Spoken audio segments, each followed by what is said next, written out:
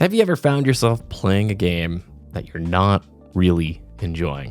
I've been there. I've been there for a long time. I've been locked into loops playing games that I didn't really love. I was just kind of doing it to stay up to date, to play the new event, doing it because friends were playing it. And that's not bad, but so much of modern gaming, honestly, modern life and modern technology has a way of trapping us in cycles. And these cycles honestly turn into this like mindless consumption.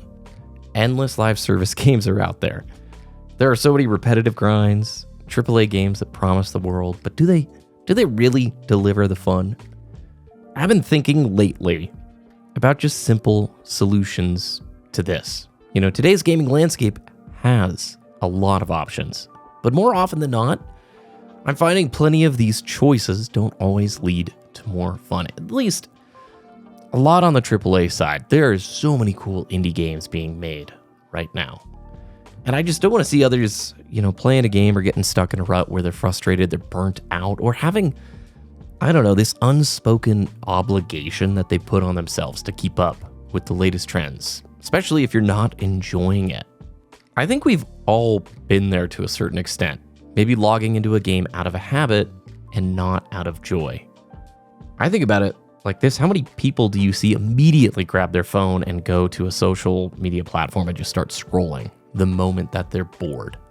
Are they really doing it seeking joy, or are they just doing it out of a habit?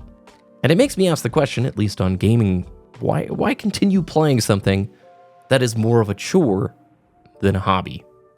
I've been thinking about this a lot lately, mainly because I started using a classic iPod again, and I've started playing my PlayStation 2 again. And I gotta say, there's something so nice about this old tech where there's no updates, there's no notifications, you don't have to install the game.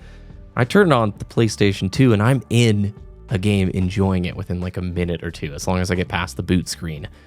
And these games are super fun. They're designed to just be great player experiences. They didn't have these FOMO live service events. They didn't have microtransactions. They had to prioritize the player experience, or people wouldn't buy the game. They wouldn't spend their time playing this game. Same thing.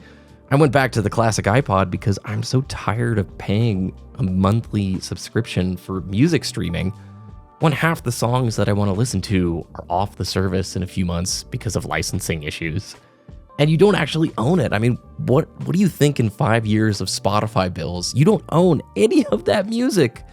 Whereas the old days growing up, you find the album, you buy it, you put it on the machine, you transferred it to your iPod, and you owned it forever. And it's been so fun listening to tunes and things that brought me so much joy like 15 years ago. And it's like, I bought it once, paid $12 for an album, and I've been able to listen to it so many times over the years without all the distractions. And it's made me realize that so much of our modern experiences, be it gaming or technology, they are engineered for our addiction, not necessarily the best experience.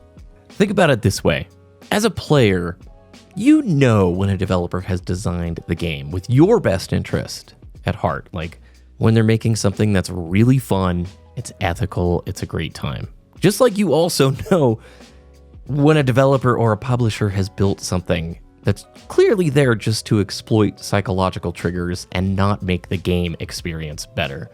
The need for rewards, the fear of missing out, the lure of infinite progression. When used well, with putting the player first, it can be great.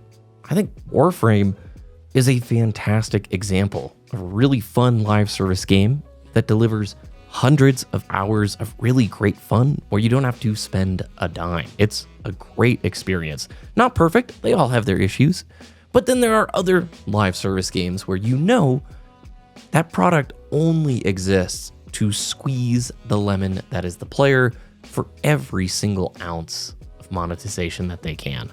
And I've talked about this quite a bit the last 5-6 months, but it still is really important to me. It is time to break away from this cycle. If a game isn't bringing you joy, if it feels more like work than play, take a break.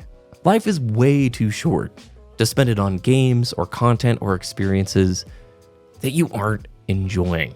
There are some really great modern games. There are some really great live service multiplayer modern games. And if you enjoy it, play it. That is fantastic. But I'm really trying to emphasize something that I feel like is critical and I've discovered this year.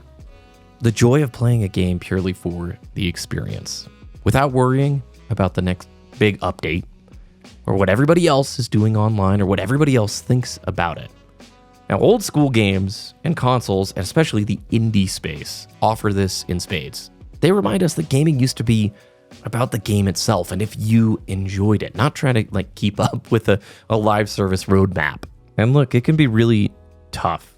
This modern tech, this modern gaming overload is overwhelming, honestly. If you're caught up in multiple of the latest trends, whether it's the new Battle Pass, a limited time event, or just trying to stay current, it's easy to forget why you started gaming in the first place. Most of these big live service multiplayer games don't want you to play other stuff. They don't leave a room for a break. So trying to stay current is exhausting. It's almost like staying up to date with all the live stuff and completing the battle passes. That in and of itself is its own metagame that I think people get consumed with and then forget, am I actually enjoying the base game? And this is where the beauty of playing and curating a collection of games that you love is just so valuable.